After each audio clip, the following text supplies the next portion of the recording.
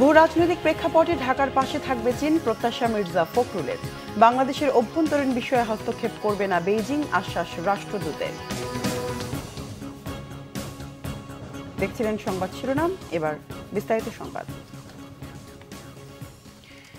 চলমান ভূ রাজনৈতিক প্রেক্ষাপটে চীন বাংলাদেশের পাশে থাকবে বলে প্রত্যাশা বিএনপির মহাসচিব মির্জা ফখরুল ইসলাম আলমগীরের। এদিকে চীন বাংলাদেশের অভ্যন্তরীণ বিষয়ে হস্তক্ষেপ করবে না বলেছেন দেশটির রাষ্ট্রদূত ইয়াও ওয়েন। বিএনপি চেয়ারপারসনের গুলশান কার্যালয়ে বৈঠকে তারা এসব কথা বলেন।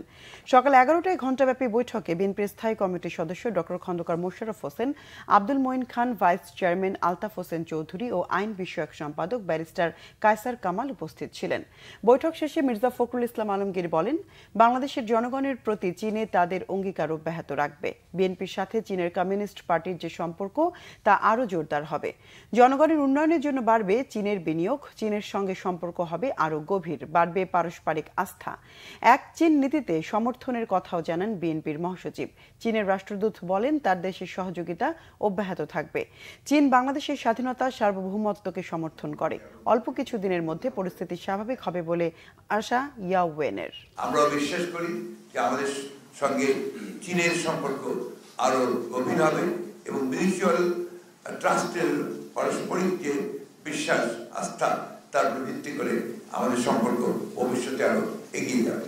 Our policy that China will persist our cooperation of non-interference into internal affairs of any country. We hope on the leadership of this interim government, Bangladesh will have a stability and bring Bangladesh into normal track of development. সহিংসতা ও হত্যার ঘটনায় বাংলাদেশের সাবেক প্রধানমন্ত্রী শেখ হাসিনা সহ অভিযুক্তদের জবাবদিহিতার মুখোমুখি করার আহ্বান জানিয়েছে জাতিসংঘ। তাগিদ দেওয়া হয়েছে সংখ্যালঘু জনগোষ্ঠীর পূর্ণ সুরক্ষা নিশ্চিতের। যুক্তরাষ্ট্রের নিউ ইয়র্কে জাতিসংঘ সদর দপ্তরে মঙ্গলবারের ব্রিফিংয়ে মহাসচিব আন্তোনিও গুতেরেসের মুখপাত্র স্টিফেন দুজারিক এসব জানান। প্রশ্নোত্তর পর্বের শুরুতে বাংলাদেশের অন্তর্বর্তী সরকারের প্রধান উপদেষ্টা ডক্টর মোহাম্মদ ইউনূসের কাছে পাঠানো মহাসচিবের চিঠির বিষয়বস্তু নিয়ে তিনি কথা বলেন। জানান, ওই চিঠিতে বাংলাদেশের শান্তি ফেরানো এবং জাতীয় সংসদ নির্বাচন আয়োজনের চেষ্টাকে স্বাগত জানিয়েছেন মহাসচিব। বাংলাদেশে গণঅভ্যুত্থানে প্রাণহানি ও দেখামাত্র গুলির নির্দেশ নিয়ে প্রশ্নের জবাব দেন দুজারিক।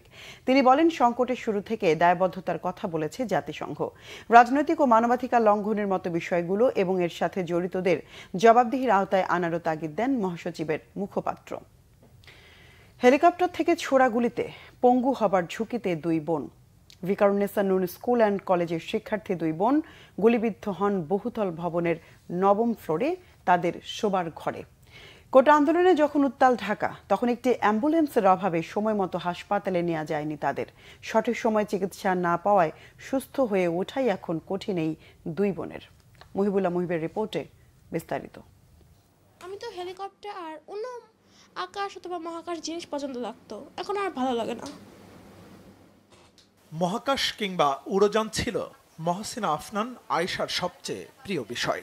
ভিকারুন্নেসা স্কুলের 6ষ্ঠ শ্রেণীতে পড়ুয়া আয়েশা সেদিনও বারান্দায় গিয়েছিলেন হেলিকপ্টার দেখতে। বাইরে তখন প্রচণ্ড গোলাগুলি। আতঙ্কে বারান্দা থেকে সরে আসলেও শোবার ঘরেই হেলিকপ্টার থেকে ছোড়া গুলিতে আহত হয় আয়েশা। আমি আমার ছোট বোনকে সাবধান করেছিল যে বাইরে না থাকো, বারান্দায় না থাকো। এরপর আমার ভিতরে ঢুকেছিলাম, বারান্দার থেকে কয়েক হাত ভিতরেই ছিলাম, মানে আমার ভিতরেই ছিলাম মেইন জিনিসটি। এবং তারপর হঠাৎ করে হলো যে বাইরে থেকে গুলি এসেছিল, আমার কাজিনের পায়ে ছেদ করে আমার পায়ে লেগেছিল, মানে এরকম করে ঢুকেছিল। মানে এটা তো আমার নিজের ঘরে থাকা উচিত, হলো নিরাপদ ফিলিং থাকা উচিত, কিন্তু নিজের ঘরে কেন আমি আহত হলাম এটা আমি এখনো কষ্ট আছি। আয়েশার বড় বোন মুমতাহিনা নাজ ভিকারুন্নেসা কলেজ থেকে এইচএসসি পরীক্ষা দিচ্ছিলেন। সম্পর্কে তারা দুজন খালাতো বোন। মোহাম্মদপুরের বসিলা এলাকায় একই ভবনে তাদের বাসা। 19 জুলাই বিকেলে বাইরে মুহুর্মুহু গুলি, একের পর এক কান ফাটানো সাউন্ড গ্রেনেড, আকাশে হেলিকপ্টারের ঘুরপাক, যেন যুদ্ধাবস্থা। এ পরিস্থিতিতে ভয়ার্ত নাজ নিজেদের 7 তলার ফ্ল্যাট থেকে একই ভবনের 9ম তলায় খালার বাসায় ছোটেন। খালাতো বোন আয়েশার সাথে শোবার ঘরেই গুলিবিদ্ধ হন তিনি। মা আমাদেরকে খাবার খেতে ডাকছিলেন, সেই সময় আমার হঠাৎ ওদের কথা, আমার খালাতো বোনদের কথা মনে পড়লো, যারা হচ্ছে আমাদের এই বিল্ডিং এর 9 তলায় থাকে। আমি দ্রুত ওদের কাছে গেলাম ওদেরকে সাবধান করতে, যেহেতু ওরা ছোট মানুষ, ওরা যদি মানে ভয়টা না বুঝে বা বিপদটা না বুঝে ওরা যদি বারান্দায় চলে যায়। বারান্দার কয়েক হাত ভেতরে আমরা দাঁড়িয়েছিলাম, আমরা এমনি গল্প করছিলাম, কথা বলছিলাম। এর মাঝখানে হয়তো আসরের নামাজের ওয়াক্ত হয়ে গিয়েছিল। আমার খালামণি আমার ঠিক পিছেই নামাজ পড়তে বসে গিয়েছিলেন। তো এভাবে দাঁড়িয়েছিলাম, কথা বলছিলাম, হঠাৎ করে গুলি আসলো। গুলি লাগলো আমাদের পায়ে। আমার ডান পা ছুঁয়ে বাম পা ভেদ করে আমার বোনের ডান পায়ে গিয়ে বিঁধেছিল গুলিটা। নাজের মতো অনেক এইচএসসি পরীক্ষার্থী গুরুতর আহত হয়েছেন। বাকি পরীক্ষায় অংশ নেওয়া তাদের জন্য অনেকটাই অসম্ভব বলে মনে করছেন মুমতাহিনা। হেলিকপ্টার থেকে আসা গুলিতে দুজনেই গুরুতর আহত হয়েছেন। এদের প্রত্যাশা আর কোনো সহিংসতা নয়, বরং নিরাপদ বাংলাদেশ গড়ায় সবাই এখন এগিয়ে আসুক। মুহিবুল্লাহ মুহিব, বাংলা ভিশন, ঢাকা। টানা 5 দিনের ভারী বৃষ্টি ও পাহাড়ি ঢলে ফের বন্যা দেখা দিয়েছে খাগড়াছড়িতে। বন্ধ রয়েছে জেলার সঙ্গে রাঙ্গামাটির সাজেক, লংগদু ও বাঘাইছড়ি সড়ক যোগাযোগ। এদিকে ফেনী ও কুমিল্লায় বন্যা পরিস্থিতির অবনতি হয়েছে, প্লাবিত হয়েছে নতুন নতুন এলাকা। উজান থেকে নেমে আসা পাহাড়ি ঢলে সৃষ্ট বন্যায় বিপর্যস্ত পুরো খাগড়াছড়ি। জেলা সদরে কিছুটা উন্নতি হলেও দীঘিনালায় বন্যা পরিস্থিতি এখনও অপরিবর্তিত রয়েছে। পানিবন্দী 5,000 পরিবার। জেলায় 98টি আশ্রয় কেন্দ্র খুলেছে প্রশাসন। পাহাড় ধসের ঝুঁকিতে থাকা পরিবারগুলোকে নিরাপদ আশ্রয়ে সরিয়ে নেওয়ার উদ্যোগ নেওয়া হয়েছে। এদিকে 3 দিনের টানা বৃষ্টিপাত ও ভারতের উজানের পানিতে ফেনীর মুহুরী, কহুয়ার বন্যা নিয়ন্ত্রণ বাঁধের 17টি ভাঙন অংশে পানি ঢুকেছে। প্লাবিত হয়েছে শতাধিক গ্রাম, বিচ্ছিন্ন রয়েছে বিদ্যুৎ সংযোগ। কুমিল্লায় প্রবল বর্ষণে গোমতী নদীর পানি বেড়েছে, পানিবন্দী শতাধিক বাড়িঘর, বিপাকে পড়েছে বানভাসীরা।